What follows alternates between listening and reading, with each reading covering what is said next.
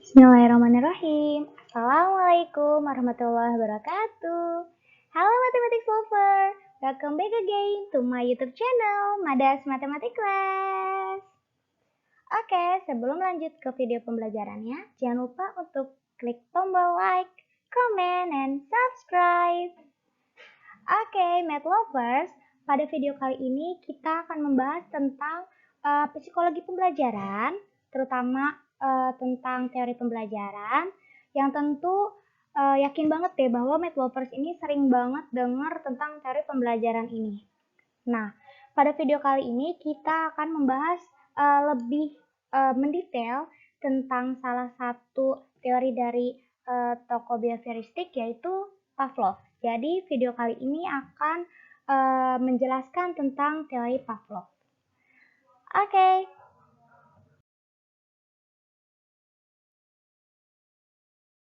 Iya, saya adalah Madadina Dwi Andini, salah satu mahasiswi dari Magister Pendidikan Matematika Universitas Sultan Ageng Tirtayasa, dan pada mata kuliah kali ini dosen pengampunya adalah Ibu Dr. Heni Pujiastuti SPD MPD.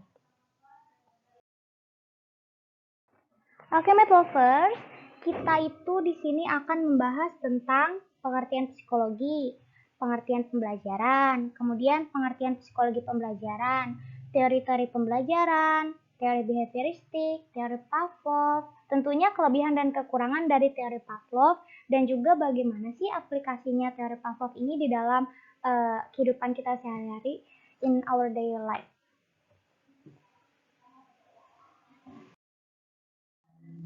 Nah, Math Lovers, kita harus tahu dulu nih sebelumnya, apa sih itu pengertian dari psikologi? Psikologi itu berasal dari kata psychology, yang merupakan dua akar kata yang bersumber dari bahasa Yunani, yaitu pisce yang artinya jiwa dan juga logos yang artinya ilmu. Jadi, secara harfiah, psikologi itu berarti ilmu tentang jiwa.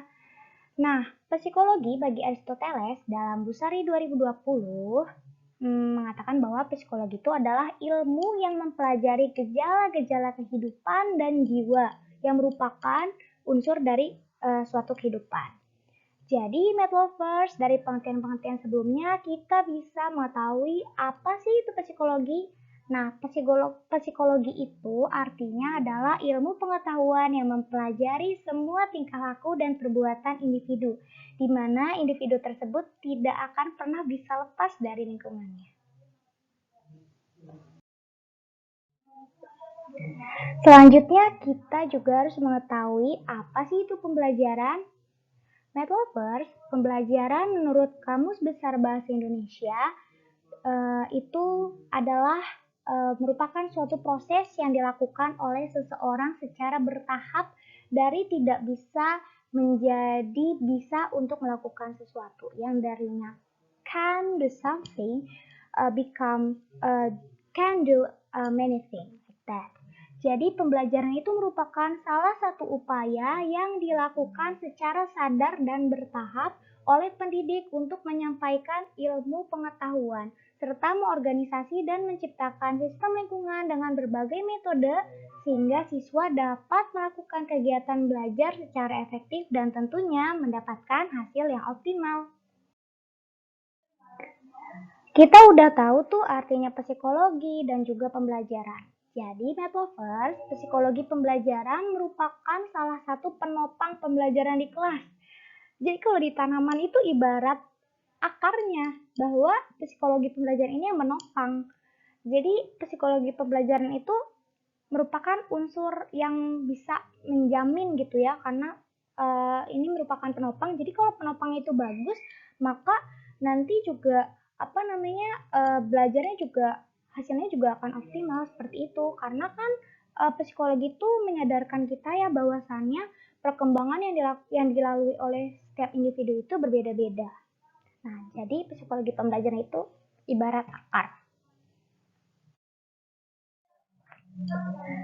Oke, Math Lovers, untuk teori pembelajaran nih, di sini ada beberapa teori pembelajaran yang tentunya kita perlu ketahui.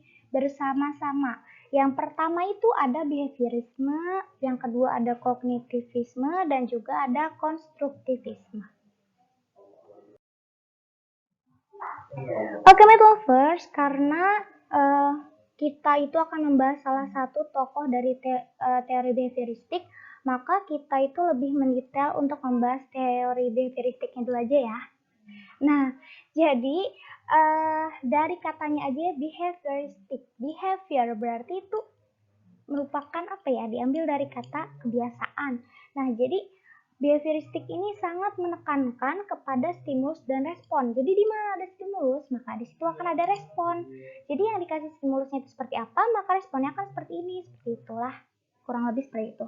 Jadi teori belajar itu tentang behavioristik itu berarti menjelaskan hubungan antara stimulus dan respon yang menyebabkan perubahan tingkah laku peserta didik dalam pembelajaran.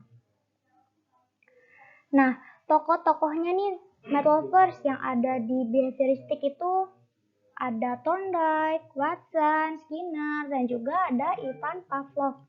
Nah, Ivan Pavlov ini yang bakal kita bahas lebih lanjut. Ya, Math Lovers, ini adalah biografi singkat dari Ivan Pavlov. Nama lengkap beliau adalah Ivan Petrovich Pavlov, dilahirkan di Rusia dari ayah yang bernama Peter Dmitrievich Pavlov.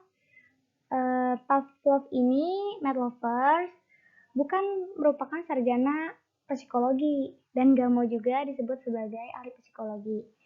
Tapi banyak banget pengalaman Pavlov yang membuat Ivan Pavlov ini bisa sampai menciptakan suatu teori gitu ya. Pada tahun 1870, Ivan Pavlov memasuki Universitas Petersburg untuk mempelajari sejarah alam di Fakultas Fisika dan Matematika. Kemudian Ivan Pavlov meninggal pada tahun 1936.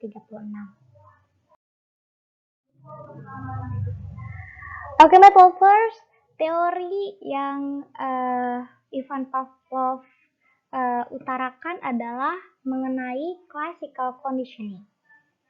Classical conditioning itu sebenarnya Pavlov itu mencobanya kepada seekor anjing. Jadi dalam eksperimennya itu subjek penelitiannya adalah seekor anjing yang dimana anjing tersebut itu mengeluarkan air liur sebagai respon apabila muncul makanan. Jadi kalau misalnya dikasih makanan gitu, Math Lovers, anjingnya ini itu mengeluarkan air liur. Nah, jadi dari fenomena tersebut, Ivan Pavlov itu ingin mengembangkan suatu studi perilaku yang merupakan apa ya, suatu studi perilaku yang bisa dikondisikan seperti itu. Makanya muncullah teori classical conditioning.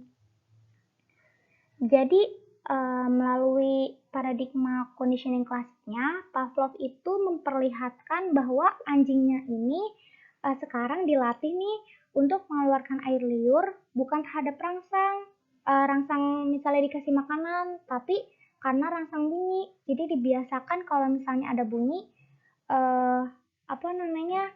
mengeluarkan air liur gitu. Jadi kan yang mulanya itu awalnya itu kalau misalnya mengeluarkan air liur itu karena dikasih stimulus makanan, tapi sekarang dikondisikan sama Pavlov itu bahwa anjingnya ini mengeluarkan air liur itu ketika mendengarkan suara ringing bell, bell berbunyi kayak gitu.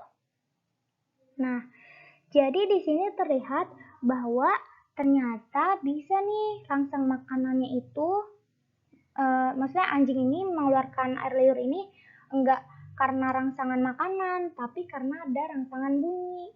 Nah, jadi muncullah semakin kuatlah teori classical conditioning ini. Bisa dilihat di sini gambarnya, Math Lovers ya. Bisa dilihat di sini gambarnya. Jadi awalnya kan air liur ini ya, anjingnya ini mengeluarkan air liur ini kalau misalnya uh, unconditional stimulusnya ya, yang biasanya itu berarti unconditional stimulus itu berarti yang biasanya itu ya, anjing itu mengeluarkan air liur itu kalau misalnya dikasih makanan, tapi dilatih nih sama Pavlov, dikondisikan. Jadi kalau misalnya eh kalau misalnya dikasih rangsangan bunyi nih sekarang Night Lovers. Jadi anjingnya ini kan awalnya sih sebelum dilatih sih gak mengeluarkan air liur gitu ya. Nah tapi dilatih terus. Jadi dilatih terus dengan suatu pengkondisian. Jadi sekarang itu setelah dikondisikan ya after conditioning, jadi air liur itu yang dikeluarin sama anjingnya itu bukan hanya karena makanan, nggak karena makanan, tapi karena suara, ada suara gitu ya, ada rangsangan suara seperti itu. Makanya nih, Night Lover, jadi deh teori, maksudnya jadilah semakin kuat teori classical conditioning-nya. Oke, Night Lovers, pasti setiap teori punya dong kelebihan dan juga kekurangannya.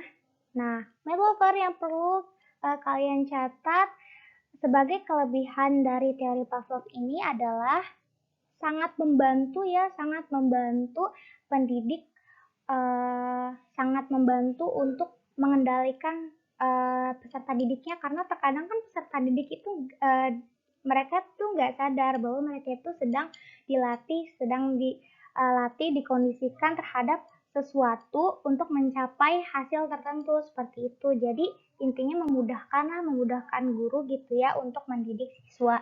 Tapi kekurangannya nih di sini Night Lovers, karena seperti yang tadi percobaan Pavlov juga ya, bahwa benar-benar dikondisikan ya, jadi guru itu istilahnya adalah sentral. Jadi komunikasi itu berlangsung ya satu arah. Jadi gurunya memberikan instruksi A, maka muridnya pun mengikuti instruksi A seperti itu. Jadi bisa dibilang mungkin pembelajarannya jadi kurang hidup ya seperti itu. Oke, Night Lovers, di kehidupan kita sehari-hari, in our daily life, pasti ada dong aplikasinya gimana ya, aplikasi dari classical conditioning ini. Nih, contohnya Night Lovers, guru nih, biasanya kan kalau misalnya udah selesai memberikan pelajaran, nanti dikasih tuh latihan soal ya. Nah, jadi ketika mengerjakan latihan soal gitu ya, anak-anak atau peserta didik ini akan terbiasa untuk mengerjakan soal, dan juga kalau misalnya soal ini misalnya dikerjakan dengan tepat, maka guru akan memberikan sebuah reward atau penghargaan seperti, oh very good, bagus, nilai kamu bagus, pekerjaan kamu rapi, dan sebagainya seperti itu. Terus teori ini juga sangat cocok ya diterapkan untuk melatih anak-anak yang masih membutuhkan dominasi peran dari orang dewasa. Jadi anak-anak kan tentu ya dari kecil tuh seperti mencari role model ya. Nah, teori classical conditioning ini merupakan salah satu teori yang sangat berguna apabila diterapkan kepada anak-anak gitu ya, misalnya jadi anak tersebut tuh pas udah besar udah terbiasa gitu melakukan hal-hal baik. Misal anak ini pingin banget nih misalnya bangun nih dari misalnya daily life aja, bangun biar nggak kesiangan. Nah, maka dari kecilnya itu misalnya dilatih ketika pagi-pagi nih udah bangun seperti itu, dan itu tuh akan terus apabila dikondisikan akan terus membekas di diri si anak tersebut, sehingga pas udah besar itu udah terbiasa bangun pagi. Misalnya contoh itu hal kecil aja seperti itu, dan masih banyak hal-hal lain yang bisa menjadi sebuah aplikasi dari classical conditioning ini. Misal nih contohnya juga nih matematika, kita tentu pasti menemukan dong siswa yang menganggap bahwa matematika itu sulit. Nah, tapi dengan classical conditioning, misal nih ketika kita ngasih pembelajaran, misal dikasih soal yang sekiranya misalnya anak bisa untuk mengerjakan. Nah, jadi anak tuh termotivasi gitu misal ya, untuk awal pembelajaran nih, jadi anak tuh tertarik dan jadi murid kita tuh udah terbiasa untuk kayak berani mengerjakan soal gitu dan tidak takut lagi sama matematika ya kurang lebih seperti itu. Oke, di sini ada beberapa daftar rujukan yang saya ambil. Math lovers, seperti apa yang dikatakan oleh Habib Umar bin Hafiz, bahwa orang yang tinggi adab walaupun kekurangan ilmu lebih mulia dari orang yang banyak ilmu tetapi kekurangan adab. Jadi tetap hormati guru kalian dan semoga ilmunya bermanfaat. Wassalamualaikum warahmatullahi wabarakatuh.